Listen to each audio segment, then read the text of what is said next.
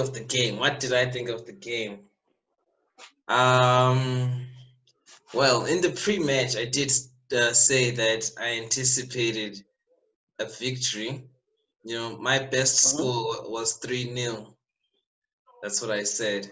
And I said the best possible result would be a clean sheet. So to walk away 4-0, almost 5-0, it's a great thing. But I also feel like, Norwich hasn't been that difficult to score against all season. You know what I'm saying? So I think for me personally, this game should have been 8-0 to the good. The point's not good enough for me. Yeah, no. And in this case, no, I feel like yeah, look. There are a lot of positives, and for maybe the first time post COVID, this is the first victory that I've actually felt victorious. My problem is the problem is we show these kind of performances at home. Yeah. You understand what I mean? And we need to be consistent away from home as well. Because if you think about it, the poor performance. So let's get back to the game, man. Okay, let's discuss the negatives. Let's get them out of the way, and then we can end the conversation with some positives. Because I think there's quite a few positives. Look, for me, I think it's difficult to really comment. Let me just try to connect with my phone. Okay. Because the internet here at my house acts up sometimes. I can see that. I don't know if it's you or me, because you are freezing there for a bit. Actually, it could be both of us. But Ngovile is joining us. Oh, cool. I always enjoy his opinions. Ngovile. Hey, how's it, gents? What's up? How are you doing, man? Good, how's that, Matish? We easy. Right. What's up? How are you feeling? Hey, man, it was nice sitting through a game for once, just relax, just relax the whole game. Barring a few stupid mistakes from Mustafi towards the end of the first half, I mean, it was a pretty easy watch for once. Except for that tricky first 15 minutes of the second half, that was a bit nerve-wracking. Yeah. So I mean, look, I still think Pepe should have come on for Willock much earlier. When he made the substitution, I think Pepe should have come on for Willock. We needed someone to run at them down the right, and Pepe would have done it quite nicely. You mean? And I'm also, go for it, no. Sorry, I was saying that you mean Reece Nelson. Yeah. I think he should have taken out Reece for Pepe, not for Pepe. Oh, okay. Yeah. You understand what I mean? Because I think we needed someone to run at them down the right. You know what I mean? Yeah, definitely. Like I said, this goal drought of his is becoming a bit of a problem. But look, barring him not scoring a goal, he was pretty solid. He was troublesome. He was a tough opponent. Yeah, he was. Yeah. But I mean, they gifted us 2 goals. Yeah. Let's be honest. They gifted us 2 goals. Yeah. Well, I mean, we have to give Aubameyang, the credit he deserves, and also congratulations to him for 50 goals, fastest Arsenal player to 50 goals. Come on, that's impressive. 50 plus 1. 50 plus 1. And I say the presence of mind to capitalize on both situations. I feel like that just tells you that he's a top class striker. And you know what? I don't know. Nketiah also I don't know what Arteta is telling these guys, but Nketiah is also coming through, man. I'm starting to really get impressed by him. Like I don't get nervous when the substitution is made for Nketiah to come on. Yeah. So Ceballos. Yeah. Ceballos ran the midfield today. I think he was the most outstanding player on the pitch. Yeah. I really, for the first time, I can say I really comfortably enjoyed Tierney. I Oh really yeah. did.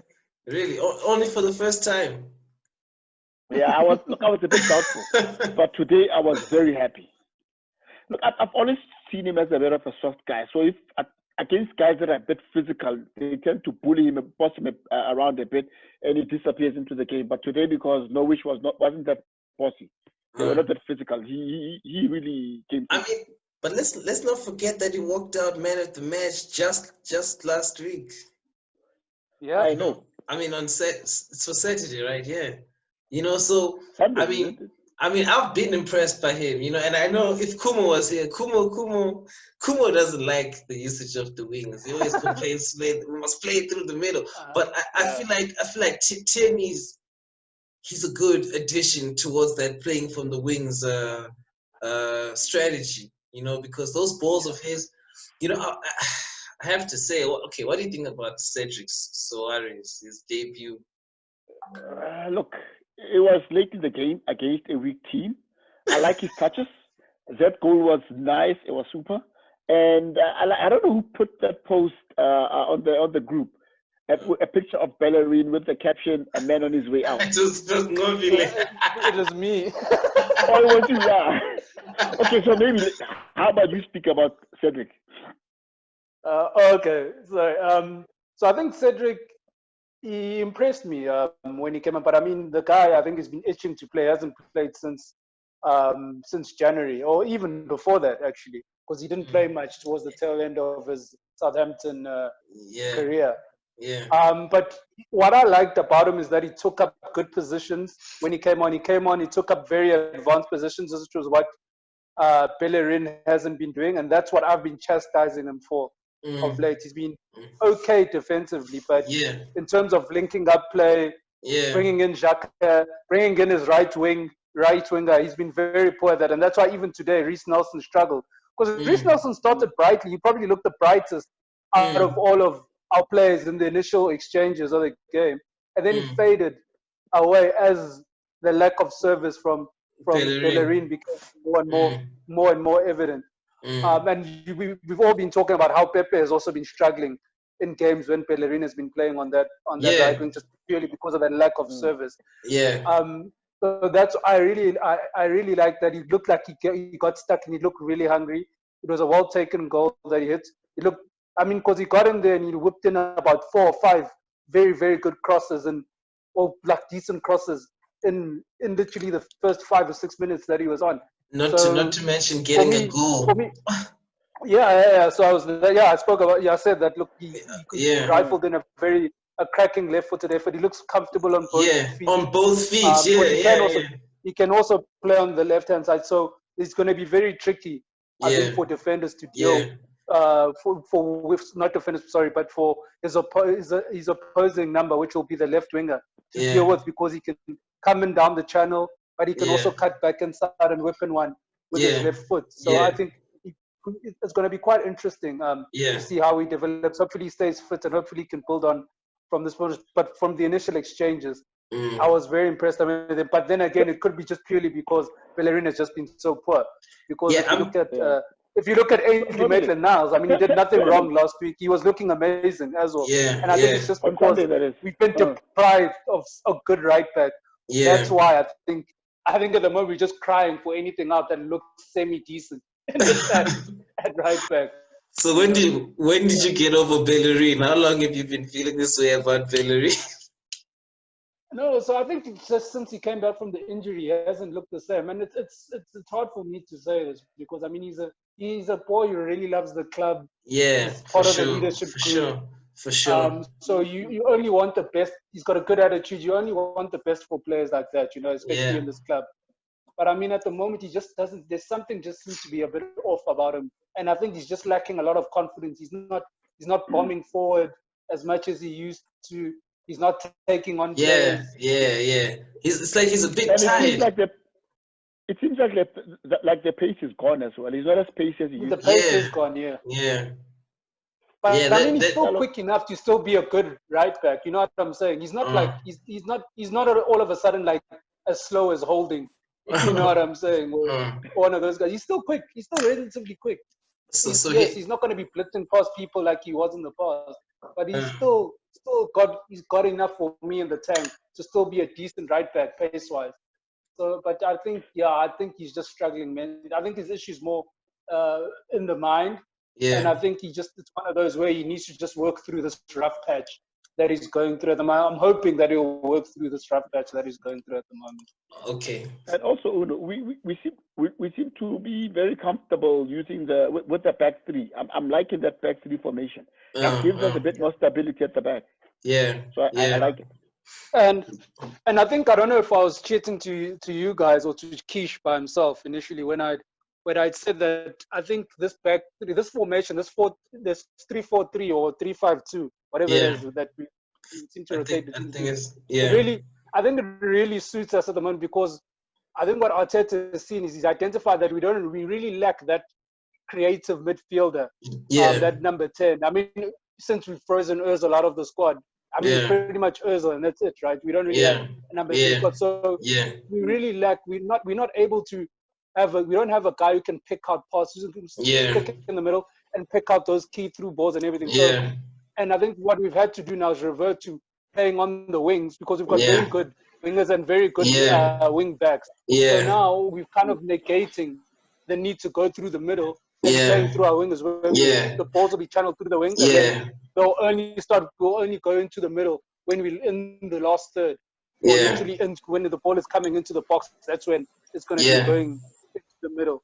And that's what, and it really is suiting us. Obviously, there's some aspects to work out on that formation, which is, I don't think Kolasinac is comfortable especially defensively, is comfortable enough as a left centre back. If anything, you wish you could clone a Kieran Tierney and he could play both positions. Or what I'd actually like to see, maybe for now, is that you have Saka playing as that left wing back, and then you have Tierney playing as a centre back, like he did, I think, in the Southampton game. Have him playing as a centre back in that match, and I think that for me would give me a bit more comfort. Because Tierney looks a bit more switched on defensively than Kolasinac. He's much better in the air. He's much more comfortable as well with his feet and playing out from the back. So I think that's probably one tweak we might need to make in that formation. But I think with the personnel we have right now, I think this is the right formation that we play. I agree. Purely because you just lack the quality in central midfield. I also enjoyed the kind of the number of long passes that David Luiz was making from the back. Those were pretty decent, and some of them looked very troubling. You know what I mean? And it was interesting to watch. Not to say that I want him to be a permanent fixture in the defense, because he can make those silly mistakes. He can switch off sometimes. We were playing a weak team. I remember at the end of the game. But we were saying that, Okay, go for it. No, carry on, sorry. Yeah, so again, for me, it's because also we were playing a weak side. You know what I mean? We were playing a weak side. At the end of the game, I said to my wife, I'm happy, but I'm a bit disappointed in that we didn't bang in more goals. We could have whipped in like an additional 2 or 3, you know? I mean, it's our first time back at the Emirates. I was a bit disappointed, but overall, I'm happy with the win. No. So I wanted to talk about Emi Martinez as well. How do you guys feel about him? You know, when we saw Leno go down injured, you know, I personally had a mini heart attack. I was like, you know, I don't know how much more to shit our season can go. But, you know, from what I've seen, you know, save 1-2 instances, I feel like he's actually quite a solid keeper there. You know, I mean, I saw, you know, that shot in the first half from Norwich. I forgot which play it was. From about so he's 35. You know, and he did that. I think 2 or 3 times. Let's just be honest, Uno. We are lucky that ball was off target. Martinez in my. It was on point. You think Martinez is what? Look, if that ball was slightly on, like by inches, it would have been a goal. Martinez was beaten. Not taking away the fact that I like the work that he put in. I mean, there's a grass cutter that they hit, and he was able to save it quite well. So I was happy with that. What's up, King Cobra? Yo, I snuck in the back door. Yeah, but you're here, You're here, man. Yeah, so we were saying that Martinez, I think he's been impressive. I mean, I think Brent Leno is still our best goalkeeper in terms of his ability, shot stopping. Yeah, definitely. But Martinez, I think, has given us a lot more, because I think we were quite nervous when Leno went down. We were fearing for the worst. But I think he's come in, he's given the defense a lot of confidence that he is up to the task. And I think I've been quite impressed with him. And he's a solid number 2. I'm not saying he should be number 1 or anything, no. But I think he's a solid number 2. Yeah. And you need that. You need a guy who can push your number 1. You need a guy also when your number 1 goes down or you're playing in these cup competitions who is competent enough and who's good enough. And I like him. He doesn't take unnecessary risks. Yeah. He's very agile. It seems even for a big man, he does get down quite low, quite quickly to those low shots. Like we pointed out that low cross cutter that he saved. And yeah, I've been very, very impressed with him. But at the end of the day, yes, I think he still is only our second best keeper. But it's good to see quality, having 2 quality players in one position, which is something we don't. Yeah, I mean exactly. That was one of the before Kumo. No, I just want to say, I mean, Kumo. Yeah? Before you come in, what I'll say about Martinez is that I think the one thing he has over Leno is his ability to play it from the back. He's able to spot good passes from the back. He looks more comfortable on the ball than Leno. That's the only class I would give over Leno. But all around today, he was brilliant. Yeah, today he was good. I mean, he earned us that clean sheet. No, I was just gonna say, I mean, the dude's been there for 10 years. So what's been happening? Him and that other kid, what's his name? There's another boy. Macy. Yeah, Macy. Like, what a guan, bro. These dudes, I mean, Fabianski came. They were there before Fabianski. Come on, what's the last guy? Chesney. They were there with Fabianski and Chesney.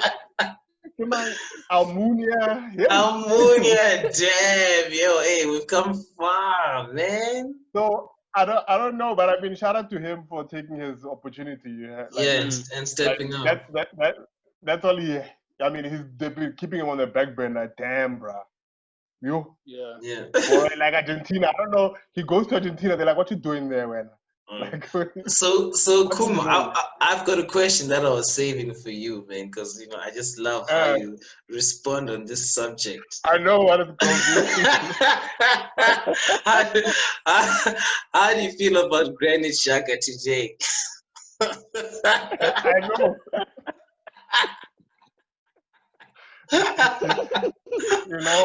How do you feel about him today?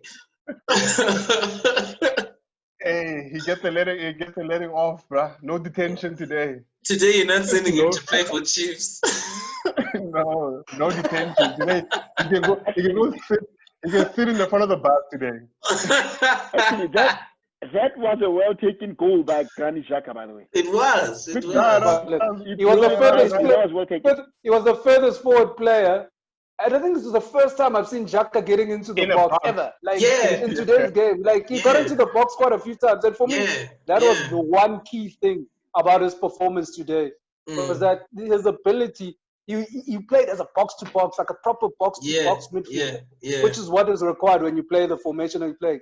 He was getting up and down the pitch, was supporting the attack, was dropping back and defending. And for me, that's the first time I've actually seen. Because the one thing I hate about Granit Xhaka is his lack of mobility. He's a card toss. He doesn't get up the pitch.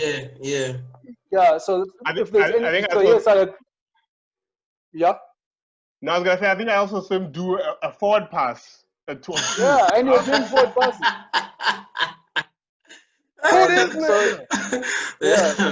So I think obviously, like for me, I think only Ceballos and the team probably played better than he did today. I think Ceballos was just immense. He was a beast today. I think. He was ticking. And I was pleasantly surprised by Granit Xhaka, but I'm also not one of his biggest fans. So how did you feel? But today it was a competent performance. For me, it was a good performance for me. It's what we expect to see when we got him initially, we expected to see performances like today, week in, week out. That is the player we expected to get when we bought this guy. That's what I saw today. So now, I remember you blue. Like here's the Swiss number, whatever captain. We're like, who's this motherfucker? And then he was a flopper. I mean, today, for the first time in I don't know how many months, he wore that band again, the captain's band. How did you feel about seeing that? I mean, did you ever think you'd ever see that again? No, man, it was. Actually, what do you mean? When Oba went off? After he scored. Yeah, when Oba went out, that was just formalities, bro. But he's done it before. I think he did it even in the last match. He put on the armband when Lacazette. You could have given it to Ganasaurus, whatever. Okay. You could give it to Ganasaurus on the sideline, or whatever. I remember when he scored the goal. I told my wife about that incident. That got everyone in a bit of a rage. Remember when we were saying, just leave. And I was saying to my wife, it's funny how this guy was supposed to leave the club, and now here he is. He scored a goal, and we're exactly. I mean, he's really turned his season around for himself, and so it's commendable. Yeah. It's commendable. I'm proud of him. If you want to give him props, you gotta give Mustafi too his shine. Mustafi too must get his props. People who've turned the seasons around. Yeah, he's turned it around. Talk about Mustafi. He turned it around, but before he was substituted, he made a couple of mistakes. I could tell that, like, I could see him costing us the game. You know what I mean? So it's a good thing that he got substituted. Holding came on, and he gave us that bit of solidity that we needed at the back. Yeah. But I think between him and Saka, they've played almost every game. Since we've come back. Yeah. So I also thought it was more of a tactical change, not tactical, but rather just to give him some rest, because he has literally played every minute. Yeah. And we were 2-0 up, and we were looking comfortable. Actually, Norwich looked all over the place going into halftime. So I think Arteta also made that substitution at the time, thinking, this match is pretty much done and dusted. Let me get some fresh legs on here and rest some key players. Oh, now which Mustafi is now these days, it seems. Even or not. The change that the Norwich coach made at the beginning of the first half gave us problems. I don't know if you guys picked it up. I mean, he made 3 substitutions. Yeah, 3 substitutions beginning of the second half. Yeah. They were catching us off for 15 minutes. Now they controlled the minutes. game. They dominated us. They dominated us in the second half. Those guys, and if it wasn't just for them defending like Arsenal, really, we might have been speaking about a different story today. But because their defense literally handed us this game on a plate. Yeah, honest. I mean, I was impressed. I was impressed with their substitutions and how they played. These keepers are so giving, are so generous. Another chase down goal. Yeah. Back to these keepers. Like 3 games, I think. Now we are thankful right now. So shows that sometimes when you put a bit of pressure on your opponents, they're likely to make mistakes. You need to do that more often. But what are the differences in this game? Because the guys looked faster, they looked more energetic. They were ticking. They were running for everything. They looked more speedy.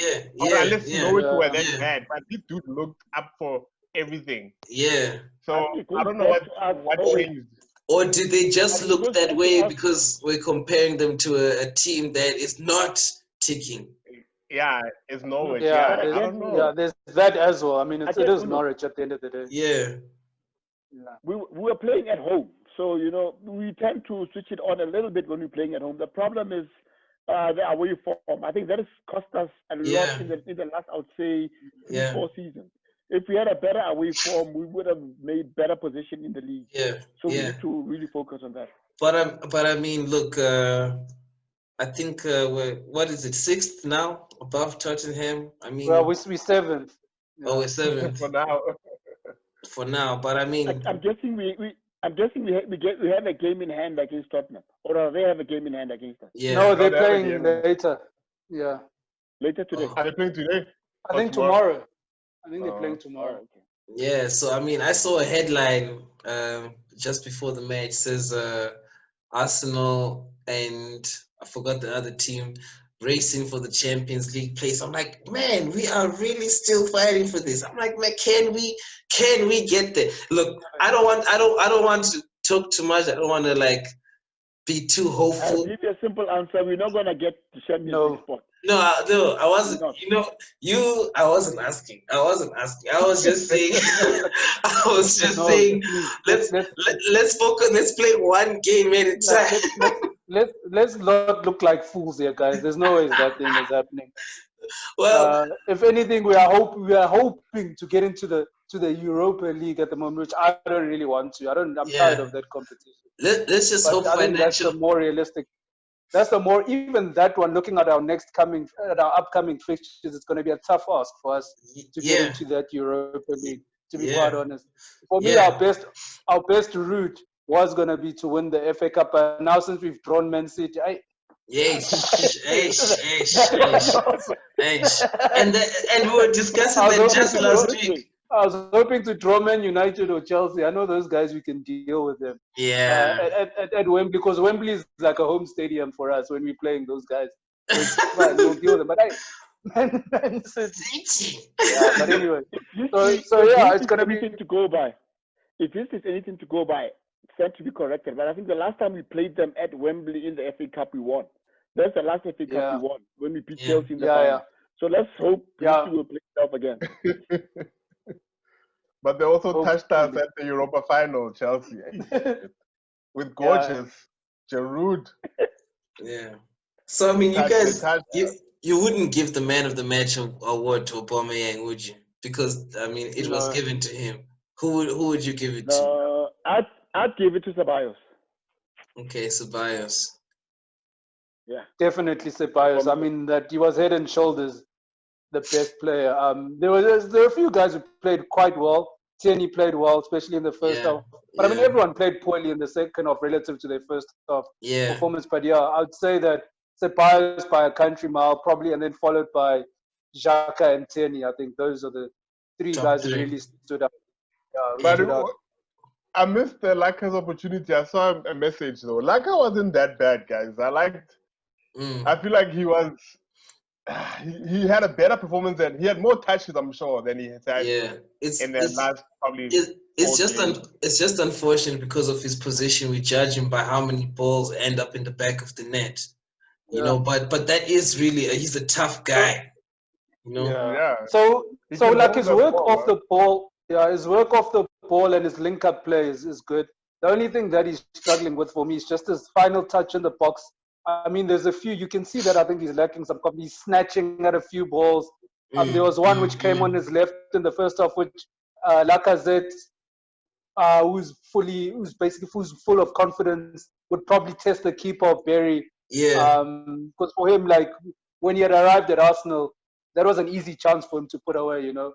And I think he's just lacking that confidence in front of goal. But every other element of his play, barring the goal scoring, I think, was good today. He held up the ball. He linked up quite well with his fellow attacking three.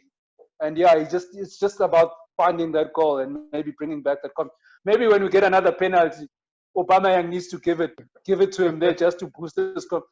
Since it's Aubameyang's favorite move to give people penalties. Like it did. That's a captain. That's my captain. So let me just boost your confidence. You know what? Maybe if they go back. Maybe if they go back to the handshake, that might boost his confidence. Corona is doing it. No, but look, come on, going back. If the team's confident and can play the ball to the middle, which they did a few times, then when we were winning comfortably, they started doing that. They were taking people on. Yeah. Then that will, because when you go and cross the ball into Laka, it's a short homie. I don't know, Tenny, they don't know what to do. Like, do we put it on the ground? We take it up. But if the team gets more confident and can play the ball through the middle, Laka will benefit more. Definitely. Go to the wing. Yeah. And you saw it when they're confident. And I think maybe that was probably why what these dudes were, unfortunately, were just are low in confidence. This going to the wings nonsense and just not trying to lose the ball, not trying to take anyone on. Then you come on, it doesn't create opportunities. It just narrows you down. But when you start taking people on, new opportunities come out, and then you can see players being put in. Laka can come in, can do this and that. Yeah. So I think confidence-wise, I guess it's a real thing, and these fuckers have not had probably like they're like jizzing themselves now. It's like what 2-3 wins back to back. Three I back want to to take from the Suarez goal. The other thing I want to take from the Suarez goal is that we need to start firing more balls from more shots from outside of the box. Stop this thing of trying to walk the ball into the net. Yeah. But you're never gonna shoot it from the side, right? You're never gonna take a strike. Apart from this goal, but we're never in the middle in front of the box. Why would you want to take it from the side? You know what I'm saying? I'm just no. Yeah, exactly. I'm saying with the current situation of us playing down the wings, there'll never be shots being taken because there's no one outside the ball is not in front of the box, outside the box, like in front of the keeper. So we're gonna have to always be crossing. So these dudes can just bring the ball into the middle. That's can I just stop harping about the same thing? I'm a broken record. Play to the middle. You know what the funny thing is? Wait a minute, Kumo. You know what the funny thing is? Before Kumo joined us, we spoke about playing using the wings more often. Yeah. And one of the things you said was Kumo's gonna come on. I know. Talk about how crap exactly. it is to play from the wings, you need to play down the middle. Remember that? I told you. Switch it up. I want to switch it up. Yo. Switch it up. Take a nigga on, beat him, open up spaces. Kumo is asking Granit Xhaka to take players on there. You're forgetting. He's forgetting the ability we have there in the middle of the. Look, if they pass him, he's good at fouling. He's good at fouling. So if you pass him, he'll foul you. So he must be more. So we used to be more cynical. Take him out in their half than before. They wasn't getting our half. If you're gonna foul them, Xhaka, foul them in their half. Which is dumb anyway. But he's a dumb player, so it's neither here nor there. But today he was a dumb player who did good. So, as we wrap up, like any last extra comments? I thought you were gonna talk about Saka's deal. He's playing Fortnite also. Also making bank. Also made what? He's playing Fortnite with Guendouzi. Bro, he made a bar. He hasn't touched the ball once, bro. Hey. Hey. And he refused the pay cut. I've said to a number of people, that Ozil's annual salary is better than the GDP of some African countries. Yeah. His annual salary. So. And doesn't even play. Yeah.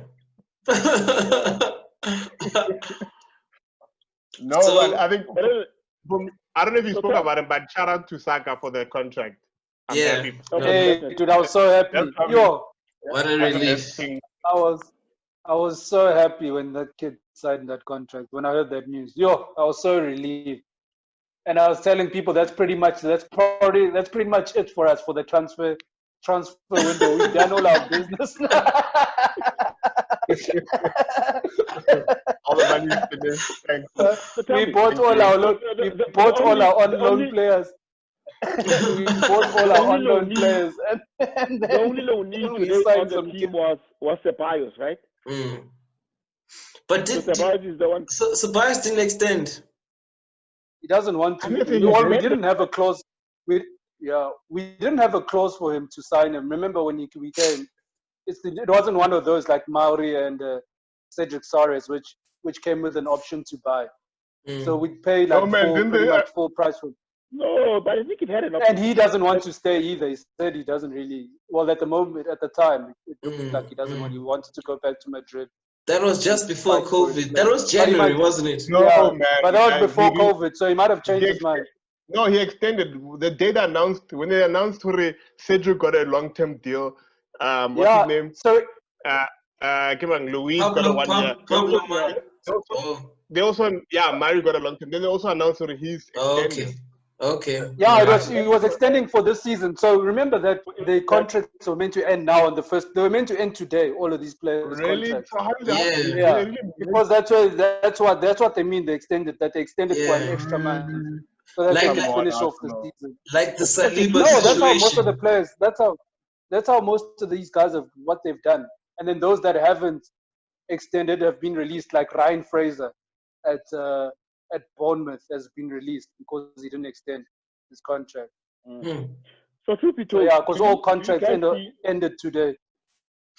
Do you see a place for him at Madrid? Do you see a place for him at Madrid? No, there's no place for him there. But you know, some of these players, they are confident that they can make it into these teams. But yeah, no. For me, I think the best move for him is to come to Arsenal. I don't know whether we'd be able to afford them. I don't know how much they would say we must pay up for him. Because I'm thinking they'll probably call about 30 to 40 mil. Yeah, I reckon at least. The key is to sell Ozil to a Chinese club. And I don't know if you've got money, and if you've got money for that. Yeah. So unless you do something like Salah going that's the only deal. Eric will probably only get Thomas Partey if we do a swap. Yo, but I just read that. Or like I just read that the Danny thing. What nonsense, Arsenal. Celebrating the guy, he's extending for 2 more months. It was a scam. We're happy to announce he's extending until August. And he's like, get in there. He loves us. Fuck off. Does anyone know what's up with the Saliba loan deal? I think us and Saint Etienne, looks like there's something we know in agreement, and he wants to play. Saint Etienne are being clowns. It's the exact same. It's the exact same where they needed to extend his contract for 1 month to go play. So we said, fine, we will do that. But then what happens is that if he plays one more game for Saint Etienne, we have to pay Saint Etienne 3.5 million euros because he would have made 17 appearances for the season. So that's why we've said no ways. It doesn't make sense for us to give you a player, he might get injured, and we have to pay you on top of that to play. It looks like he's going to be coming back because what happened? We actually, apparently Arsenal tried to be nice to Saint Etienne and say, look, if you waive the fee for the sign on, we'll let you play. We'll let you use him. He can play for you guys. We'll let him play the final. And then Saint Etienne were adamant that no, they still want the money that's due to them if he plays an extra fixture. Bad business. You are being crazy. Bad business. Yo, fellas, thank you so much for your input. 4-0 Arsenal versus Norwich. It's a great score line, I think, and I'm looking forward to the next match. I'm a bit nervous still, but who we got? Who's next? Wolves. It's Wolves away, isn't it? Yeah, it's Wolves. Yeah. Adama Traore there against Bellerin. Maybe they'll put actually, so I wanted to ask before we go, like in that position of right back or right wing back against Wolves, would you start Bellerin, AMN, or Suarez, Cedric? I think let's try. I'll try AMN with Pepe just so that defensively we're good, and when we switch play, we're able to run at them. And maybe later in the game, depending on what happens, then maybe try Cedric Suarez. I think Bellerin must take a chill pill for a while. So yeah, okay, all right. All right. But he also wasn't that shocking today. But he wasn't good either. Going forward, Bellerin was poor going forward. No. Today Bellerin was our worst player by far. No, I like the A&M thing. I like the A&M thing because it brings in, look, him and Pepe are like, there's something happening there. I like that idea. And Suarez just to get another look in and see him play more. So something happening. Bellerin can chill. even between Tierney and Aubameyang, there's something happening there. I see it. I think there's something nice. So would you keep Kola as a full pack, or would you rather switch him for someone else? Because one of the things for me that I didn't like, I didn't see a lot of link up play between him and Tierney. Yeah. And if Kola is able to link up with Tierney, who's able to put Aubameyang into the game, then we'll have a better personally, I would take off Kolasinac and bring in Saka. And then you pull Tierney back and you put Saka in front. Put Saka like we did against, I think it was Southampton, and that would be fine. Yeah. For me, for me that is the ultimate formation for us. So that's the ideal combination on the left hand side. To guarantee have Tierney, Saka, and Aubameyang there. I've got a soft spot because also because also the nice thing that Saka can do is that he can even be real. But no, we've done it already. Kola is an enforcer. I like Kuri. He's got this. But he's poor in the air and he's poor defensive. No doubt. He doesn't switch on. He doesn't track back. He doesn't cover, and he gets caught out of position. I think so too. I think he's just like essentially a bulldozer with very little technique. So no, but these are people will say these are good problems to have for the manager, right? Yeah, it is. It is. The funny thing is, he used to have very good link-up play with. Remember with Nacho? With Nacho, wasn't it? No. Kola used to. Wait a minute. He used to have good link-up play with. Guys, thing is Matthew, the Nigerian boy. Our time is going to run up. Oh, Ayobi. Yeah, I used to have good link-up play with Ayobi. So I don't know where that disappeared into, but it's fine. Let's wrap it up. Thank you so much, residents.